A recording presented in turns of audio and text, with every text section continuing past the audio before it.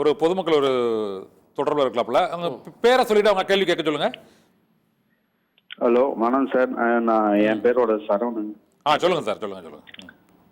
நான் ஒரு ஆட்டோ ஓட்டுநர் தான். சரி. குறைஞ்சபட்சம் பார்த்தீங்கன்னா இப்போ வந்து நம்ம சக தோழர் வந்து அங்கே போராடுறது பார்த்தீங்கன்னா 12 ரூபா கிலோமீட்டர் இருந்தது ஒரு 12 வருஷத்துக்கு முன்னாடி. அதாவது பார்த்தீங்கன்னா ஒரு கோயில் கும்பாபிஷேகமே வந்து விதை நெல்லெல்லாம் எடுத்து ஒரு 12 வருஷத்துக்கு கழிச்சு திரும்ப வந்து புதுப்பிப்பாங்க. ஆனால் இன்னி வரைக்கும் இந்த ஆட்டோமீட்டர் கட்டணத்தை புதுப்பிக்காத இந்த கவர்மெண்ட்டு அன்னைக்கு காக்கி சட்டை போட்டுட்டு வந்த நம்ம முதலமைச்சர் ஐயாவும் இன்னைக்கு எங்க போனாங்கன்றது தான் தெரியல.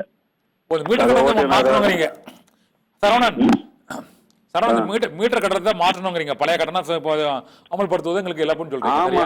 ஆமாங்க ஐயா, நன்றி. உங்க கருத்து ஏற்கப்பட்டதுங்க சரவணன். அதே கருத்தை தான் அவர் ஜாகிர் ஹுசேன் சொன்னார். சரியா? Okay sir.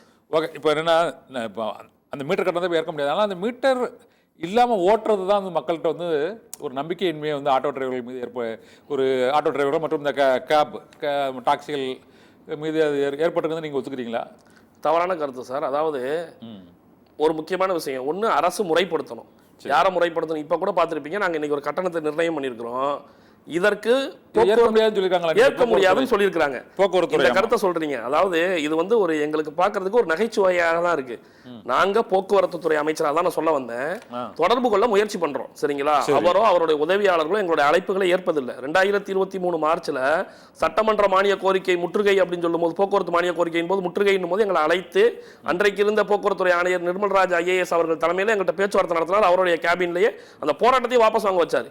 இன்னைக்கு எங்களுடைய கோரிக்கைகள் அதுக்கப்புறம் இது வரைக்கும் எதையுமே அவர் நிறைவேற்றி கொடுக்கல, சரிங்களா? அப்படி இருக்கும்போது இந்த கட்டணத்தை நிர்ணயம் செய்வதற்கு முன்பு கூட நாங்க அவரை தொடர்பு கொள்வதற்கும் அவருடைய உதவியாளர்களை தொடர்பு கொள்வதற்கும் நல்ல அறிமுகமானவர் தான், ஒன்றும் தவறெல்லாம் கிடையாது. எங்களுக்கு நல்லாவே தெரியும். நான் உட்பட எல்லாருமே முயற்சி பண்ணியும் அவர் எங்களை வந்து அழைத்து பேசல.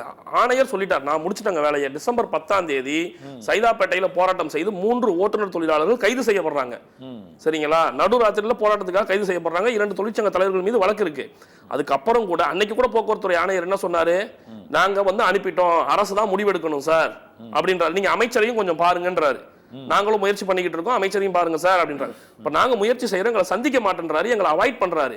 அப்ப அவர் எடுத்து எங்கள்கிட்ட உட்கார்ந்து ஆலோசனை பண்ணியிருந்தாலே இந்த மீட்டர் கட்டணத்தை நாங்க என்ன பண்ணிருக்க மாட்டோம், நடைமுறைப்படுத்தி இருக்க மாட்டோம். அல்லது எங்கள்கிட்ட என்ன பண்ணோம்னா இந்த சலசலப்புகள் ஏற்பட்டிருக்காதுன்னு நாங்க சொல்றோம். இப்ப நாங்க என்ன கேட்கிறோம்னா, எங்களோட பிரதான கோரிக்கை, அரசு மீட்டர் கட்டணத்தை இன்றைக்கு நியமனம் பண்ணா நாங்க அதை ஏற்றுக்கொள்ள தயாராக இருக்கிறோம். அதை ஏற்றுக்கொண்டு நடைமுறைப்படுத்த 100% தயாராக இருக்கும். அந்த பழைய கட்டணத்தை தான் அமல் வசூல் பண்ணணும் போக்குவரத்து சொல்றாரு. ஆமா, எப்படி சார் முடியும்? 12 வருஷத்துக்கு முன்னாடி இன்னைக்கு இருந்தவங்களுக்கு என்ன சம்பளம், இன்னைக்கு என்னவா இருக்கிறோம் நம்ம? இன்னைக்கு விலைவாசிகள் என்ன இருக்கு?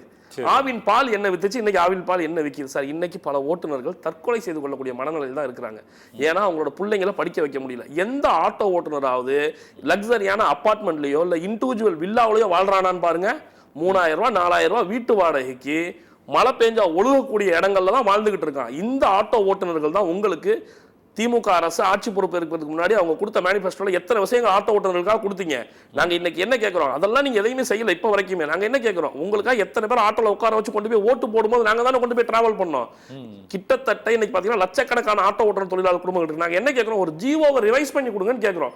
மீட்டர் போட்டு ஓட்டுறோம். என்ன அரசுக்கு சிக்கல் இருக்கு ஏதாவது சொல்லிருக்காங்களா சார்? அததான் சார் நாங்க அவரை தொடர்பு கொண்டு கேட்க பாக்குறோம். இதுல வேற என்னங்க சிக்கல் இருக்குன்னா அதுக்கு பதிலே இல்லையே. இன்னொன்னு இந்த ஜாகிர் ஹுசேன், நீங்க இந்த மீட்டர் கட்டணம் இருக்குல்ல, இந்த மீட்டர் கட்டணத்தை எங்களால் மக்கள்கிட்ட வந்து வசூலிக்க முடியாது, அது பெரிய எங்களுக்கு நஷ்டத்தை தான் வந்து ஏற்படுத்தும்.